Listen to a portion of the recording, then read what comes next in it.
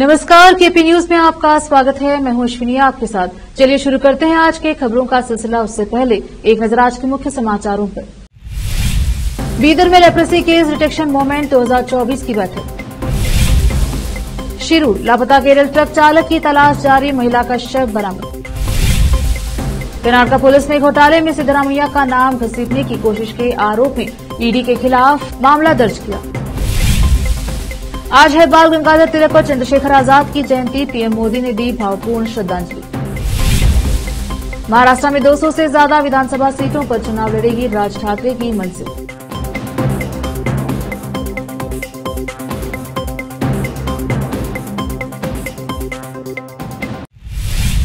समाचारों का सिलसिला शुरू करते हुए देखते हैं समाचार विस्तार से। बीदर में लेप्रेसी केस डिटेक्शन मूवमेंट 2024 के तहत आज शहर में जिला पंचायत कार्यालय में सीईओ डॉक्टर गिरीश बडोले की अध्यक्षता में अधिकारियों की एक बैठक आयोजित की गई। बैठक में रोग के संबंध में पोस्टर आदि भी रिलीज किए गए।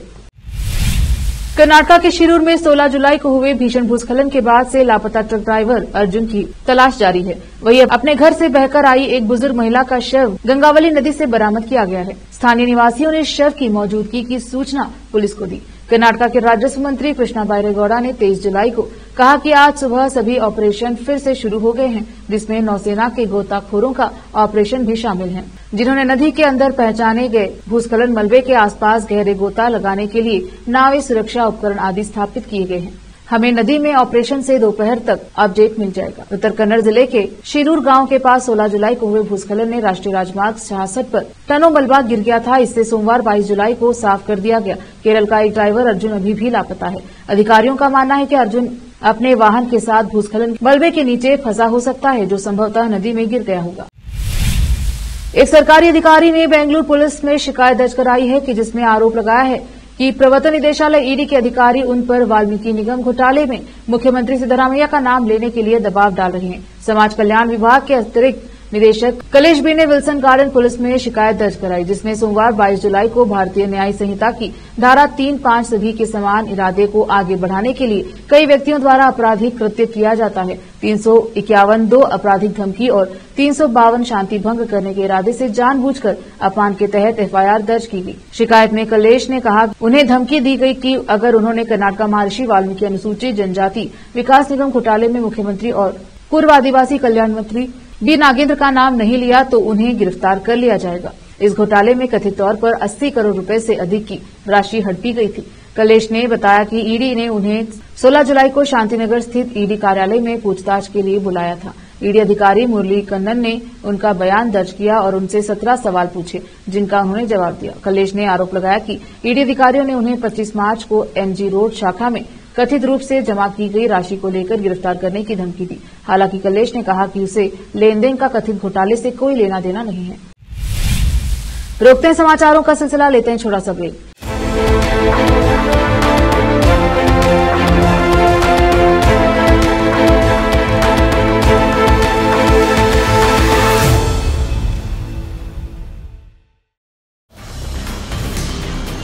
हिंदुस्तान के हर कोने में हम हैं मौजूद। 24 घंटे हालात पर गहरी नजर, खबरों से जुड़े चुपते सवालात और आपको दिखाता है धार्मिक, सामाजिक, राजनीतिक, लोकल और इंटरनेशनल न्यूज की सबसे बेहतर कवरेज, जो आपको रखती है हर पल बाखबर। देश और दुनिया भर की खबर के लिए देखते रहें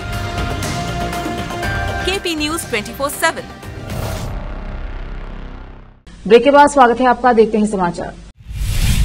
प्रधानमंत्री नरेंद्र मोदी ने मंगलवार को महान स्वतंत्र सेनानी बाल गंगाधर तिलक और चंद्रशेखर आजाद की जयंती पर उन्हें श्रद्धांजलि अर्पित की। मोदी ने एक्स पर एक पोस्ट में कहा, लोकमान्य तिलक को उनकी जयंती पर श्रद्धांजलि। उन्हें भारत की स्वतंत्रता की लड़ाई में हमेशा एक महान व्यक्ति के रूप में याद किया जाएगा। वह एक दूरदर्शी व्यक्ति थे जिन्होंने राष्ट्रवाद की भावना को प्रज्वलित करने के लिए अथक प्रयास किया और साथ ही शिक्षा व सेवा पर जोर दिया। प्रधानमंत्री नरेंद्र मोदी ने पुणे में पिछले साल आयोजित एक कार्यक्रम में अपने भाषण का वीडियो लिंक भी शेयर किया। इस कार्यक्रम में उन्हें लोकमान्य तिलक राष्ट्रीय पुरस्कार से सम्मानित किया गया था। बता दें कि बाल गंगाधर तिलक का जन्म 23 जुलाई 1856 1956 को महाराष्ट्र के रत्नागिरी में हुआ था। उन्हें लोकमान्य के नाम से भी जाना जाता है। तिलक को भारतीय स्वतंत्रता संग्राम में उनके अमूल्य योगदान के लिए याद किया जाता है। महात्मा गांधी ने उन्हें आधुनिक भारत का निर्माता कहा था। आगामी महाराष्ट्र विधानसभा चुनाव 2024 को लेकर राजनीतिक दलों की तैयारियां तेज हो गई हैं। अब राज ठाकरे की महाराष्ट्र नवनिर्माण सेना यानी कि मनसे ने भी बड़ा ऐलान किया है। जानकारी के मुताबिक मनसे आगामी चुनाव में महाराष्ट्र की 200 से 225 सीटों पर उम्मीदवार उतारने जा रही है। आपको बता दें कि मनसे ने लोकसभा चुनाव में अपने उम्मीदवार नहीं उतारे थे और भाजपा शिवसेना के उम्मीदवारों का समर्थन किया था। महाराष्ट्र नवनिर्माण सेना के नेता प्रकाश महाजन ने सोमवार को जानकारी दी है कि मनसे महाराष्ट्र विधानसभा चुनाव में 200 से 225 सीट पर उम्मीदवार उतारेगी। प्रकाश महाजन ने बताया कि ये फैसला मनसे प्रमुख राज ठाकरे ने लिया है और पार्टी कार्यकर्ता इसके लिए पूरी तरह तैयार है। आपको बता दें कि महाराष्ट्र में अक्टूबर में विधानसभा चुनाव होने की संभावना है। मनसे नेता ने कहा कि उनकी पार्टी जाति आधारित आरक्षण के खिलाफ है। मनसे का मानना है कि इस तरह के सभी लाभ आर्थिक मानदंडों पर आधारित होने चाहिए। आपको बता दें कि मनसे और इसके प्रमुख राज ठाकरे ने लोकसभा चुनाव में भारतीय जनता पार्टी, भाजपा, शिवसेना और अजित पवार की राष्ट्रवादी कांग्रेस पार्टी के सत्तारूढ़ गठबंधन का समर्थन किया था। बिहार विधानसभा में उस समय अजीबोगरीब स्थिति देखने को मिली जब कांग्रेस के विधायक हाथ में झुंझुना लेकर पहुंच गए। बता दें कि बिहार विधानसभा के मानसून सत्र के दूसरे दिन मंगलवार को विपक्षी दलों के सदस्यों ने विशेष राज्य के दर्जे की मांग को लेकर जमकर हंगामा किया। इस मौके पर अपनी आवाज को और दम देने के लिए कांग्रेस विधायकों ने झुंझुना लेकर विधानसभा पहुंचना ठीक समझा। सदन की कार्यवाही शुरू होते ही विपक्षी सदस्य हंगामा करने लगे और उन्होंने विशेष राज्य का दर्जे की मांग को लेकर नारेबाजी की। सदन की कार्यवाही के दौरान विधानसभा अध्यक्ष नंदन किशोर यादव सदस्यों से शांति बनाने और अपनी जगह पर जाने का आग्रह करते रहे, लेकिन विपक्षी सदस्य हंगामा करते रहे। अध्यक्ष ने बाद में सदन की कार्यवाही दिन के 12 बजे तक के लिए स्थगित कर दी। विपक्ष के हंगामे के बीच बिहार के मंत्री विजय कुमार चौधरी ने सरकार का पक्ष रखते हुए कहा कि सरकार किसी भी प्रश्न का जवाब देने को तैयार है। सदन की कार्यवाही शुरू होने के पहले कांग्रेस आरजेडी वामपंथी दलों के विधायकों ने मुख्य द्वार पर भी प्रदर्शन किया। अब वक्त एक और छोटे से ब्रेक का, जल्द लौटेंगे ब्रेक के बाद।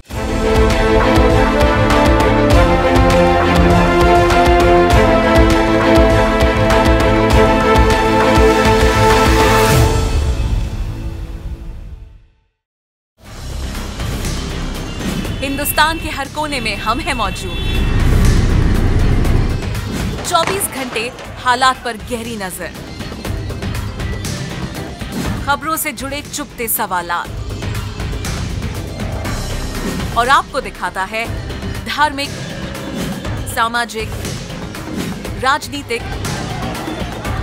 लोकल और इंटरनेशनल न्यूज की सबसे बेहतर कवरेज जो आपको रखती है हर पल बाखबर। देश और दुनिया भर की खबर के लिए देखते रहें केपी न्यूज 24/7। ब्रेक के बाद स्वागत है आपका, देखते हैं समाचार। बांद्रा में एक तेज रफ्तार ऑटो रिक्शा ने सड़क पार कर रहे 2 लोगों को उड़ा दिया। इस हादसे में एक शख्स की मौत हो गई है और दूसरा शख्स बुरी तरह से घायल हुआ है। ये घटना 16 जुलाई दोपहर 1 बजे की है, लेकिन इसका सीसीटीवी अब सामने आया है। ये हादसा सीसीटीवी में कैद हो गया है, जिसमें देखा जा सकता है कि 2 लोग सड़क पार कर रहे हैं। अचानक एक तेज रफ्तार ऑटो रिक्शा आता है और उन्हें कुचलते हुए आगे बढ़ जाता है। अचानक हुए हादसे से इलाके में हड़कंप मच जाता है और मौके पर भारी भीड़ जमा हो जाती है। मुंबई में सोमवार को भी एक तेज रफ्तार ऑडी कार ने 2 ऑटो रिक्शा को टक्कर मार दी। इस घटना में दोनों ऑटो रिक्शा चालक और 2 यात्री घायल हो गए। ऑडी ड्राइवर मौके से फरार हो गया था। मुलुंड पुलिस ने आरोपियों की कार को जब्त कर लिया था। एक ऑटो रिक्शा चालक की हालत गंभीर बताई जा रही है। इससे पहले 7 जुलाई को वर्ली में भी सड़क हादसा हुआ था। एक BMW कार ने एनी बेसेंट रोड वर्ली में एक स्कूटर पर सवार दंपति को टक्कर मार दी थी, जिसमें महिला की मौत हो गई थी। केंद्रीय वित्त मंत्री निर्मला सीतारामन ने मंगलवार को लोकसभा में आम बजट 2024 को पेश कर दिया है। आपको बता दें कि ये मोदी सरकार के तीसरे कार्यकाल का पहला बजट था, जिसके कारण इस पर लोगों की निगाहें टिकी हुई थी। बजट की घोषणाओं पर विभिन्न दलों के नेता अपने अपने रिएक्शन दे रहे हैं। हालांकि मोदी सरकार के बजट में एक ऐलान ऐसा भी हुआ जिससे कांग्रेस पार्टी काफी खुश है। कांग्रेस ने यहां तक कह दिया है कि वित्त मंत्री ने कांग्रेस का चुनावी घोषणा पत्र पढ़ा था। दरअसल मोदी सरकार ने केंद्रीय बजट 2024-25 में प्रधानमंत्री इंटर्नशिप योजना की घोषणा की है। इसके तहत युवाओं को इंटर्नशिप के साथ 5,000 रूपये का मासिक भत्ता मिलेगा। वित्त मंत्री ने बजट पेश करते हुए कहा कि सरकार नौकरी बाजार में प्रवेश करने वाले 30 लाख युवाओं को 1 महीने का PF भविष्य निधि योगदान देकर प्रोत्साहन करेगी। केंद्रीय वित्त मंत्री निर्मला सीतारमण ने आज सदन में आम बजट पेश किया। बजट पेश किए जाने के बाद से पक्ष और विपक्ष की ओर तमाम तरह के बयान सामने आ रहे हैं। इसी बीच हम यूपी के दो बड़े दिग्गजों के एक रिएक्शन के बारे में जानेंगे। हम बात कर रहे हैं सीएम योगी और अखिलेश यादव की। इस तरफ जहां सीएम योगी ने इस बजट को सर्वस्पर्शी बताया है, तो वहीं सपा प्रमुख अखिलेश यादव ने इस बजट को नाउम्मीदगी का पुलिंदा बताया है। सीएम योगी आदित्यनाथ ने सोशल मीडिया प्लेटफॉर्म एक्स पर लिखा है कि आदरणीय प्रधानमंत्री श्री नरेंद्र मोदी जी के मार्गदर्शन में माननीय केंद्रीय वित्त मंत्री श्रीमती निर्मला सीतारमण जी द्वारा आज प्रस्तुत सर्वस्पर्शी सर्वसमावेशी विकासोन्मुखी आम बजट 2024-25 140 करोड़ देशवासियों की आशाओं, आकांक्षाओं और अमृतकाल के सभी संकल्पों को सिद्ध करने वाला है। आम बजट 2024-25 विकसित भारत, आत्मनिर्भर भारत के निर्माण का आर्थिक दस्तावेज है। इसमें अंत्योदय की पावन भावना, विकास की असीम संभावना और नवोन्मेष की नवदृष्टि है। अमेरिका के राष्ट्रपति जो बाइडेन ने नवंबर में प्रस्तावित राष्ट्रपति चुनाव की दौड़ से पीछे हटने के अपने फैसले को सही कदम करार दिया है। उन्होंने कहा कि कोविड-19 संक्रमण के चलते वह अभी लोगों के बीच नहीं जा पा रहे हैं, लेकिन वह जल्द ही उपराष्ट्रपति कमला हैरिस के साथ चुनाव प्रचार करते नजर आएंगे। बाइडेन ने गत रविवार को राष्ट्रपति पद की दौड़ से बाहर होने की अचानक घोषणा कर सबको चौंका दिया था। उन्होंने डेमोक्रेटिक पार्टी की ओर से राष्ट्रपति पद की उम्मीदवारी के लिए भारतीय अफ्रीकी मूल की कमला हैरिस के नाम की सिफारिश की थी। बाइडेन ने अपनी पूर्व प्रचार टीम को फोन पर संबोधित करते हुए उसके सदस्यों से उपराष्ट्रपति कमला हैरिस को दिल से अपनाने का आग्रह किया था। उन्होंने जोर देकर कहा कि अभियान टीम का नाम बदलकर भले ही हैरिस कैंपेन कर दिया गया है, लेकिन इसका मिशन वही है, डोनाल्ड ट्रंप को हराना। बाइडेन जून में अपने रिपब्लिकन प्रतिद्वंदी डोनाल्ड ट्रंप के साथ बहस में खराब प्रदर्शन के बाद से ही राष्ट्रपति पद की दौड़ से बाहर होने के दबाव का सामना कर रहे हैं। उनके सेहत को लेकर जारी अटकलों के कारण भी डेमोक्रेटिक पार्टी में उनकी जगह किसी और को राष्ट्रपति पद की उम्मीदवारी सौंपने की मांग जोर पकड़ने लगी थी। फिर से एक नजर आज के मुख्य समाचारों पर। बीदर में लेप्रेसी केस डिटेक्शन मूवमेंट 2024 की बैठक। शिरू, लापता केरल ट्रक चालक की तलाश जारी, महिला का शव बरामद। कर्नाटक पुलिस ने घोटाले में सिद्धरामैया का नाम घसीटने की कोशिश के आरोप में ईडी के खिलाफ मामला दर्ज किया। आज है बाल गंगाधर तिलक और चंद्रशेखर आजाद की जयंती, पीएम मोदी ने दी भावपूर्ण श्रद्धांजलि। महाराष्ट्र में 200 से ज्यादा विधानसभा सीटों पर चुनाव लड़ेगी राज ठाकरे की मंजिल।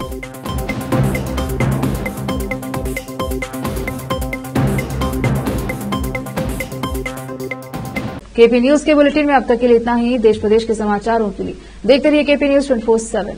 धन्यवाद।